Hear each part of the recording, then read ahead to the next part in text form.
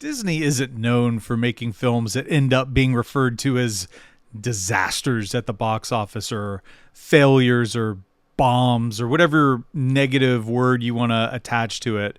In fact, in today's recycled market of content, Disney has been quite successful. But there was once a film that came out that was somewhat original. It was unique. Maybe a box office failure, and we'll talk about that later in the video. The movie was called The Black Hole, and while it is considered a failure maybe critically by many, I feel like it is a film that has a lot to love, and in this video, I'm going to explain why. Obviously, The Black Hole is situated in a unique time. It came out in 1979, and in some ways, it was a response to like the overwhelming response to Star Wars.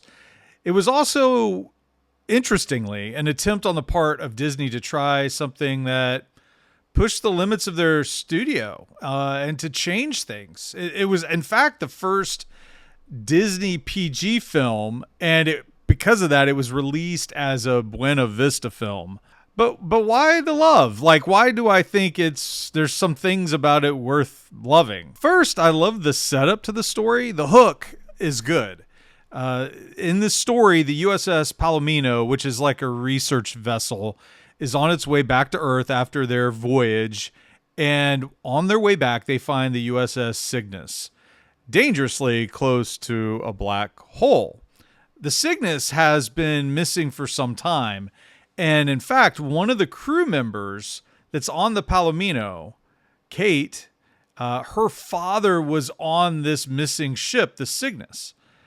So they have to investigate it, right? And when you set up a story like that, I don't know what it is in my little brain, but things start firing off and I'm in. I'm hooked. I want to find out. It's, I think, probably the mystery of it. The Black Hole, in many ways, is a throwback. And at the same time, it's trying to use every trick in the old throwback book to make something special in the grandest way possible. Now, they do use some new special effects techniques, but they were actually trying to get a hold of the things that Lucasfilm and ILM was doing, and they couldn't get a hold of it. So they were having to develop some new technologies on their own, but they were also using the old stuff from the Disney studio that had been working for them for a long time. Part of that is matte paintings, and the matte paintings are extraordinary. I think I read somewhere that around 150 are used in film, but there were many, many more made for the movie. And to be honest, it adds this grandeur that is still pretty amazing. And the set designs are cavernous and create this odd tension. I love it. There's a minimalistic feel to the film when the crew of the Palomino actually gets onto the Cygnus and starts their investigation. And while we live in a world where, to be honest, it's easy to just crap all over any and everything, because we do that, we sometimes miss the good. So while the dialogue can be wooden, it's like being in the eye of a hurricane. There are some performances that are still interesting. This cast was not a bunch of nobodies. You had Maximilian Schell, who's playing Dr. Heinz Reinhardt, who is sort of the villain of the story. You have Anthony Perkins, Psycho fame, playing Dr. Alex Durant. Robert Forster, goodness, Jackie Brown. He's playing Captain Dan Holland. You have Joseph Bottoms. You have Yvette Mimieux is in it. She's wonderful as Kate McRae. Ernest Borgnine is in it. And then, of course, you have Vincent and Bob, voiced by Roddy McDowall and Slim Pickens. The robots are cool. I mean, obviously, there's nothing that can rival C-3PO and R2-D2. But the robots in the Black Hole are pretty good, especially the evil Maximilian, who, in one of the most famous scenes from the movie, grinds up poor Anthony Perkins, who tries to protect himself with the book of the knowledge that he cherishes. It's good stuff. As the film races to the ending and it is discovered that Dr. Hans Reinhardt has done horrible things to the crew of the USS Cygnus, and that he plans to have this suicidal run into the black hole, the film embraces its stellar special effects, and they're not bad.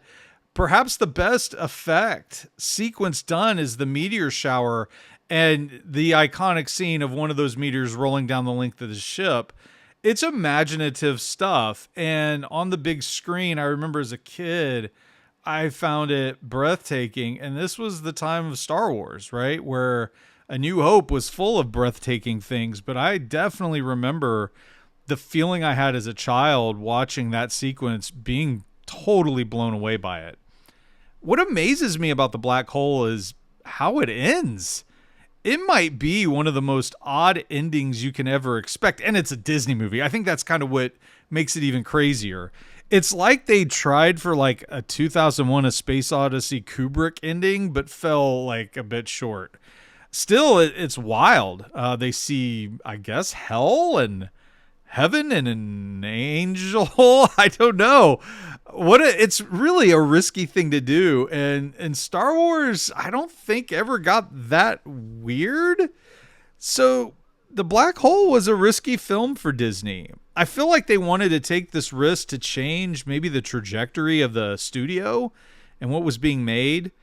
In fact, Tron was probably a similar risk that came out a few years later in 1982. And while far from perfect, the black hole is a concept that should totally be approached again. And I think it would be fun to take a crack at remaking the film.